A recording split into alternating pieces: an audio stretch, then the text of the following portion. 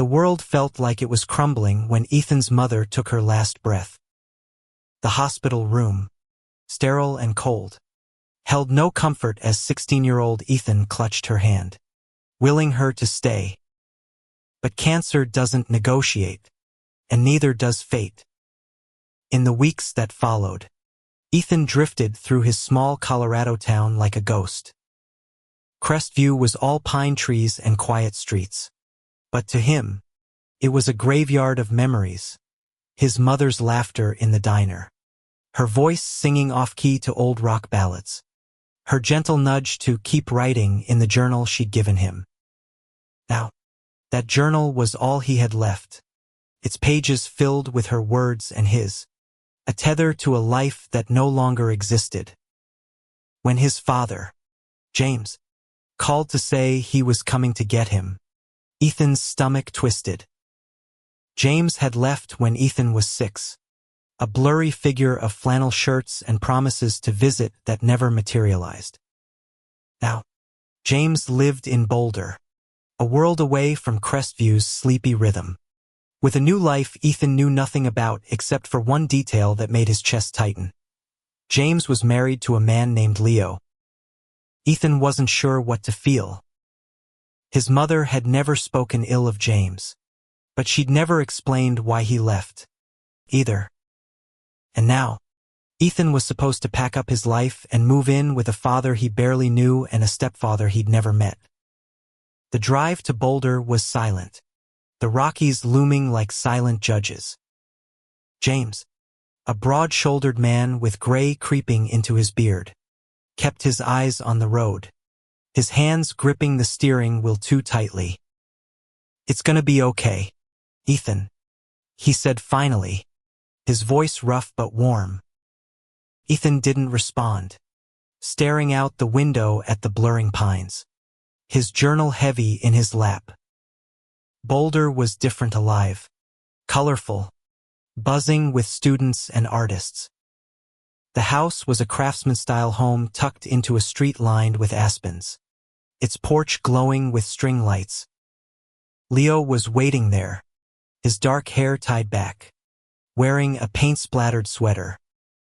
His smile was wide, unguarded, like he'd been waiting years for this moment. "Ethan," he said, stepping forward, "I'm so glad you're here." His voice was soft, accented faintly Italian. Ethan would learn later. Ethan nodded, unsure, his fingers tightening around his journal. Inside, the house smelled of cedar and fresh bread. Leo had cooked lasagna, steaming and rich, a gesture that felt too kind, too soon. Ethan ate quietly, watching James and Leo move around each other with an ease that made his chest ache. They were a unit, a rhythm perfected over years, while he felt like an intruder. "Your room's upstairs," James said, pointing to a staircase lined with Leo's abstract paintings, bursts of color that seemed to hum with life. Ethan's room was simple but thoughtful, a bed with a blue quilt, a desk by the window, a shelf already stocked with books. A photo of his mother sat on the nightstand, her smile frozen in time. Ethan's throat tightened. Had James put it there? Or Leo? That night, he lay awake, the journal open on his chest. His mother's last entry was a letter to him. "Keep living, Ethan. Love is messy, but it's worth it." He traced her handwriting, tears blurring the ink. Downstairs, he heard James and Leo's muffled laughter, a sound that felt foreign yet warm. He wanted to hate them for it, for moving on while he was stuck in grief. But something in their voices, gentle, steady, made it hard. The next morning, Ethan wandered into Boulder's downtown, a kaleidoscope of street musicians and coffee shops. He found a bench by a creek, opened his journal, and wrote, "I don't know how to be here. I don't know how to be without her." A shadow fell over him, and he looked up to see a girl with purple-streaked hair and a leather jacket. "You look lost," she said, her voice blunt but kind. Her name was Riley, a senior at Boulder High, and she didn't ask questions when Ethan shrugged off her comment. Instead, she sat beside him, sketching in her own notebook, her pencil scratching in time with the creek's murmur.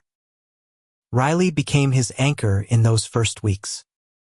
She was queer, unapologetic, and fiercely herself, dragging Ethan to open mic nights and art fairs.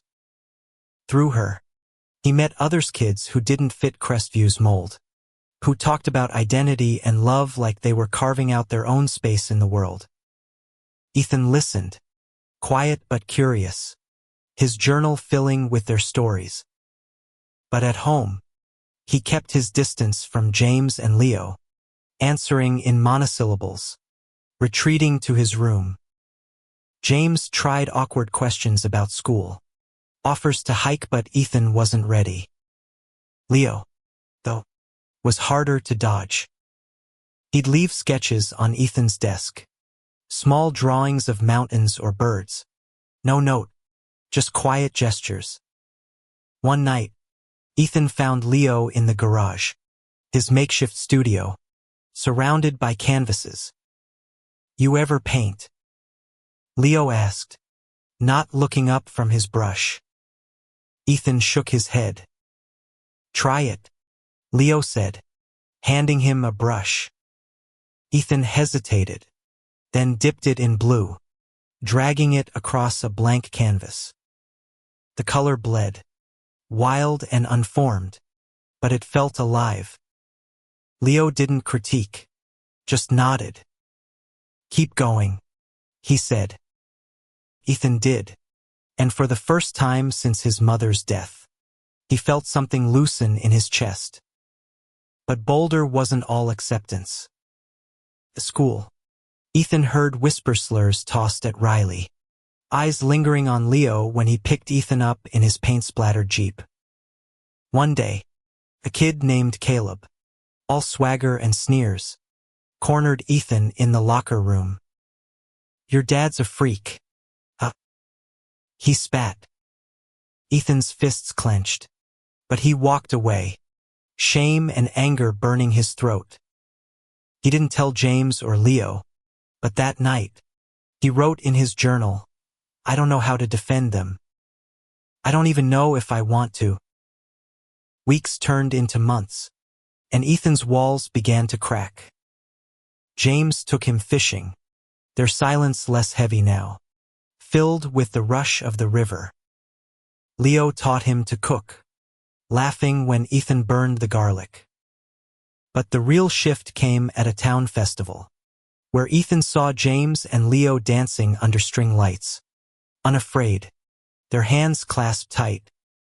Something in Ethan broke open, not fully, but enough to let light in. He wrote that night, "Maybe love doesn't have to look like Mom's. Maybe it's just this messy, real, here." Riley's influence grew, pulling Ethan into Boulder's vibrant undercurrent.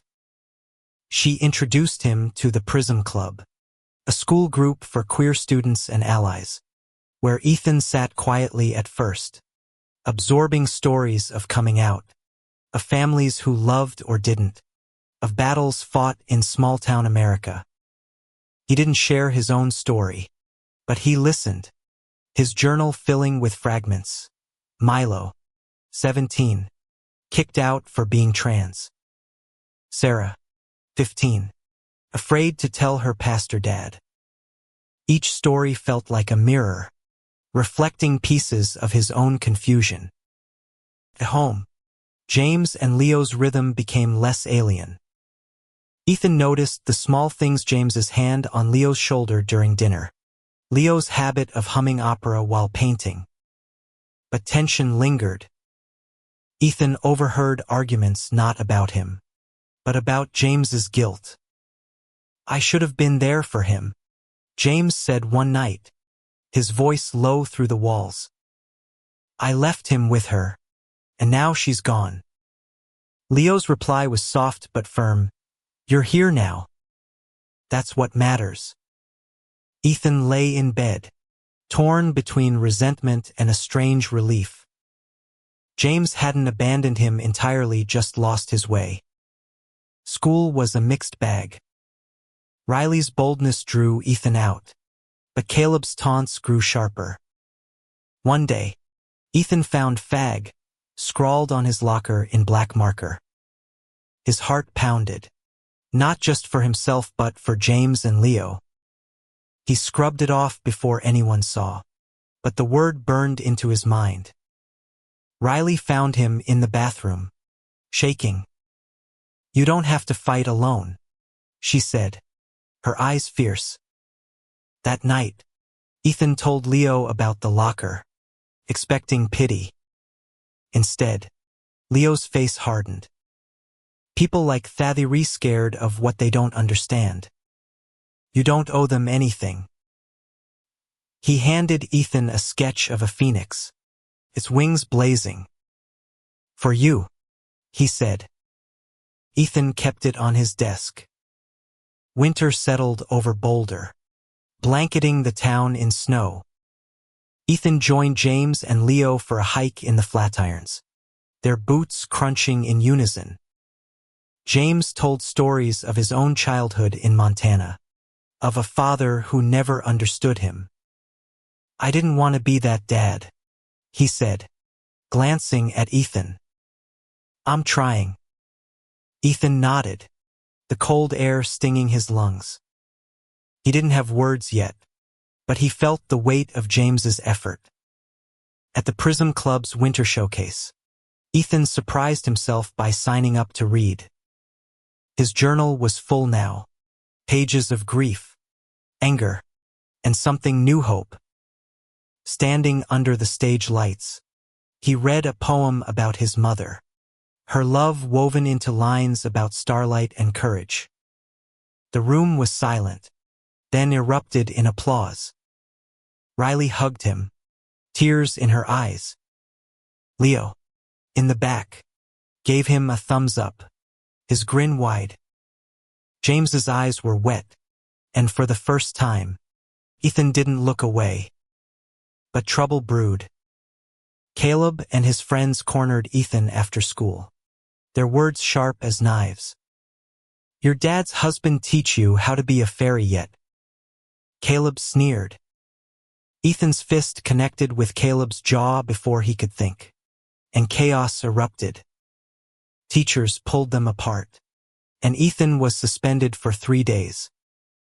At home, James was quiet, not angry but worried. Leo, though, sat Ethan down. "You don't fight hate with fists," he said.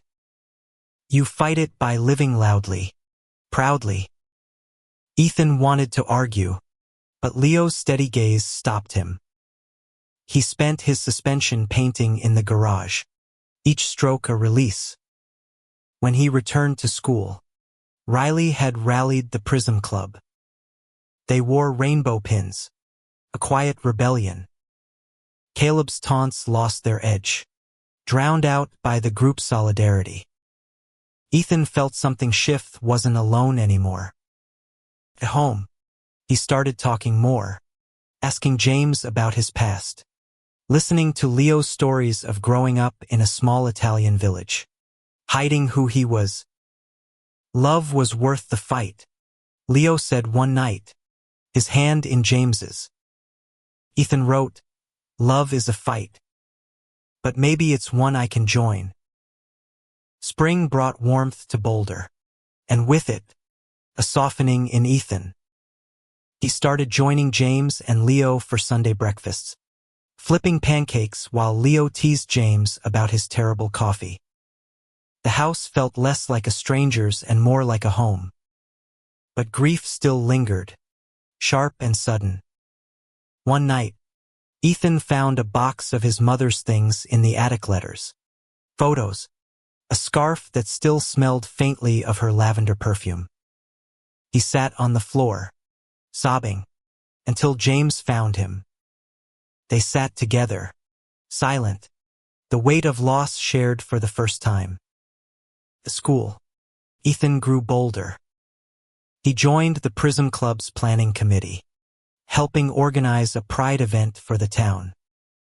Riley was relentless, pushing for a parade that would shake up Boulder's sleepy side. Ethan hesitated. Pride felt loud, exposed, but Riley's fire was infectious. He designed posters, his sketches echoing Leo's style, and felt a spark of pride when they were plastered across town. But not everyone was on board. A local church group protested, calling the event unnatural. Ethan saw their signs on his way to school, his stomach twisting. He thought of James and Leo, of their quiet strength, and felt a surge of defiance. At the next club meeting, he proposed a theme, "Love is Home." The group loved it, and Ethan felt his mother's words echo in his choice. The Pride event was a turning point. Ethan marched with Riley, holding a banner he'd painted with Leo's help, a phoenix rising from a rainbow. James and Leo were there, cheering, their hands linked. But as the parade passed the church group's protest, a man shouted, "Go back to hell." Ethan froze, his heart racing. Then Leo stepped forward, his voice calm but firm. "This is our home," he said, looking the man in the eye. The crowd cheered, drowning out the hate. Ethan felt a rush of something new, belonging. That night, Ethan wrote in his journal, "Home isn't just a place. It's them, James, Leo, Riley. It's me, trying." He started opening up to James, asking about the years they'd lost. James admitted his fear of failing Ethan, fear of not being enough. "I loved your mom," he said, "but I couldn't be who she needed. Leo helped me find myself." Ethan didn't fully understand, but he saw the truth in James's eyes. Summer arrived, and Ethan turned 17. Leo threw a barbecue, the backyard filled with Prism Club kids, James's co-workers, and Leo's artist friends. Riley brought her girlfriend, Mia, and Ethan felt a pang, not jealousy, but longing. He'd never thought about his own heart, too consumed by grief. But watching Riley and Mia, he wondered what love might feel like for him. One evening, Ethan found James in the garage, staring at one of Leo's paintings, a portrait of Ethan's mother, her eyes bright and alive. "Leo painted it from a photo," James said. "He never met her, but he wanted to honor her." Ethan's throat closed. He hugged James, the first time since he was a kid, and felt the years of distance shrink. The Pride event's success lingered, but so did the backlash. Caleb's father, a local councilman, pushed to ban future Pride events, citing community values. Ethan overheard whispers at school, saw flyers calling for a town hall meeting. Fear crept in, fear for James and Leo, for the life they'd built. He wrote, "What if we lose this? What if love isn't enough?" Riley wasn't fazed. She organized a counter-campaign, and Ethan joined her, speaking at the town hall. His voice shook as he stood before the crowd, describing his mother's love, James and Leo's home, the Prism Club's strength. "Love doesn't hurt anyone," he said, his eyes finding James and Leo in the crowd. "Hate does." The room was split. Some clapped. Others jeered, but Ethan felt lighter, like he'd claimed something for himself. The council voted to allow Pride events, a narrow victory. Ethan celebrated with Riley and the club, but the win felt fragile. At home, Leo cooked a feast, and James raised a glass. "To Ethan," he said, for being braver than I ever was." Ethan blushed, but the words settled deep. School ended, and Ethan spent the summer exploring Boulder with Riley and Mia. He met a boy, Sam, at an art gallery opening Leo hosted. Sam was quiet, with warm brown eyes and a love for poetry. They talked for hours, and Ethan felt a spark he hadn't expected. He didn't tell James or Leo, not yet, but he wrote, "Sam's smile feels like a beginning." When school resumed, Caleb's taunts stopped, but the tension didn't. Ethan noticed James and Leo whispering more, their faces tight. One night, he overheard them discussing a job offer in Seattle, a chance for James to work on conservation projects. But it meant leaving Boulder. Ethan's heart sank. He'd just found his place, could he lose it again? He confronted James, anger spilling out. "You're leaving me again." James shook his head, pained. "We'd take you with us, Ethan. You're our family." Leo joined them, his voice steady. "We stay or go together. You decide." Ethan froze, torn between fear and trust. He spent the night writing, pages of doubt and hope, until he realized family wasn't a place.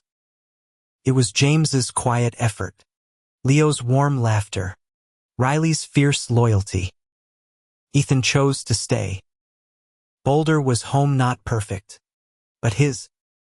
James turned down the Seattle job, and life settled into a new rhythm. Ethan and Sam grew closer, their dates filled with poetry readings and late-night talks by the creek. Ethan came out to James and Leo one evening, his voice steady as he said, "I think I like guys." Leo grinned, pulling him into a hug. James just nodded, his eyes soft. "We've got your back," he said. The Prism Club grew, and Ethan became its co-president with Riley. They planned another Pride event, bigger this time, with Sam's help. The town still had its skeptics, but the protests were smaller, the cheers louder. Ethan's journal was nearly full, its pages a map of his journey: grief, anger, love, hope. On the anniversary of his mother's death, Ethan hiked with James and Leo to a meadow his mother had loved. They scattered wildflower seeds, a quiet tribute. Ethan read from his journal, his voice breaking as he shared her words and his own. James and Leo listened, their presence steady. As the sun set, Ethan felt his mother's love in the wind, in the family he'd found. Years later, Ethan would look back on that summer as the one that shaped him. He'd study writing in college, Sam by his side, James and Leo cheering from afar. His journal, worn and full, sat on his shelf, a reminder that love, messy, hard won, real, was always worth the fight. He wrote one final entry, "Mom was right. Love is messy, but it's home. And I'm finally here."